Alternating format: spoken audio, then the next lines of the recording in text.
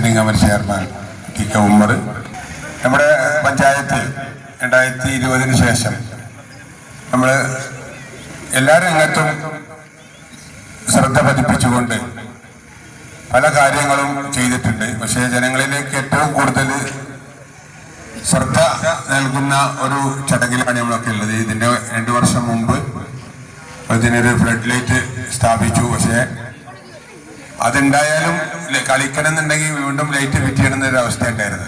അത് മനസ്സിലാക്കിയ അഭിപ്രായം മാനിച്ചുകൊണ്ടാണ് രണ്ടാമത് ഇതിനു വേണ്ടി നമ്മൾ ഫണ്ട് അനുവദിച്ചത്.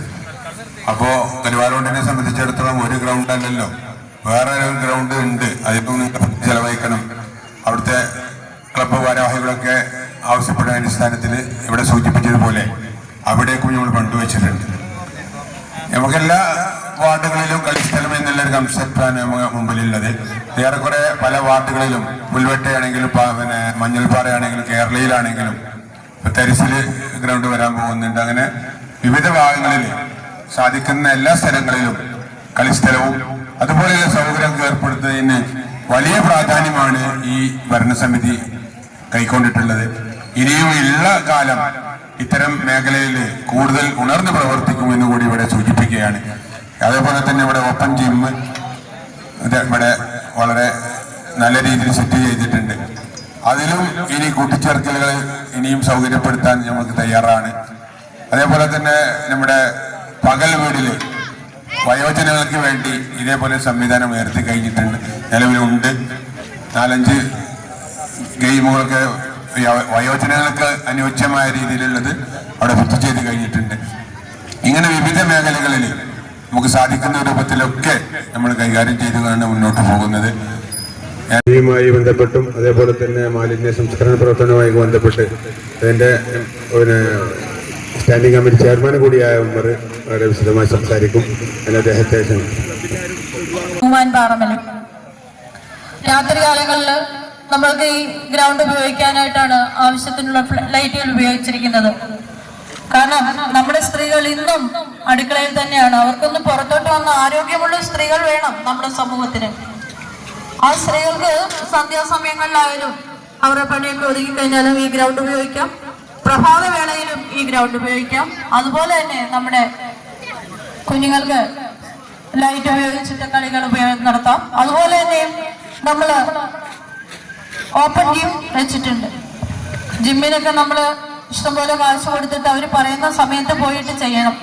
എന്നാൽ നമ്മൾക്കിന്ന് നമ്മുടെ കരുവാരക്കുണ്ടിലെ ഏതൊരാൾക്കും വന്ന് അവർക്ക് ഈ ഗ്രൗണ്ടിലെ ജിം ഉപയോഗിക്കാൻ പറ്റുന്ന രീതിയിലാണ് ഇത് ചെയ്തിരിക്കുന്നത്. അതുപോലെ തന്നെ ക്ലബ് ഭാരവാഹികളെ പറ്റി പറയുകയാണെങ്കിൽ അവര് ഈ വർഷം കിട്ടുമോ എന്നുള്ള സംശയത്തിലായിരുന്നു.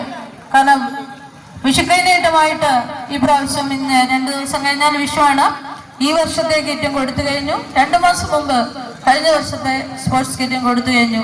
അടുത്ത സ്പോർട്സ് കിറ്റ് എത്രയും പെട്ടെന്ന് കൊടുക്കുവാൻ ഈ ഭരണസമിതി പുറത്തു നിന്ന് നമ്മുടെ ഭരണ കാലാവധി കഴിയുന്നതിന് മുമ്പ് വീണ്ടും ക്ലബ് ഭാരവാഹികൾക്ക് അടുത്ത കിറ്റും കൊടുക്കുമെന്ന് ഉറപ്പു പറയുകയാണ്.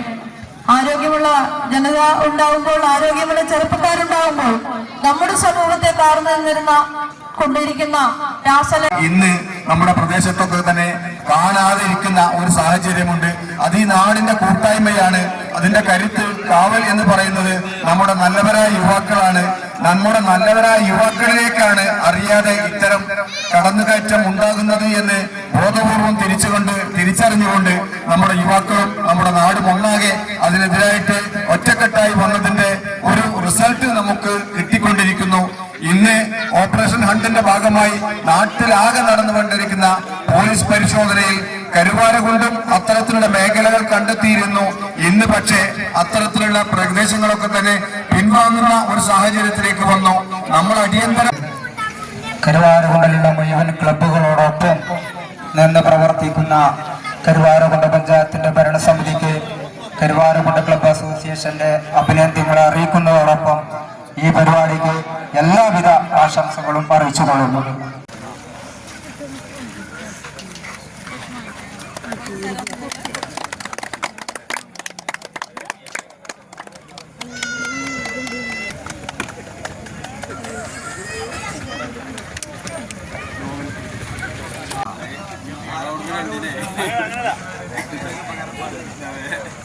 ആദ്യ കിറ്റ് ലെസ്റ്റർ കേരളത്തിന്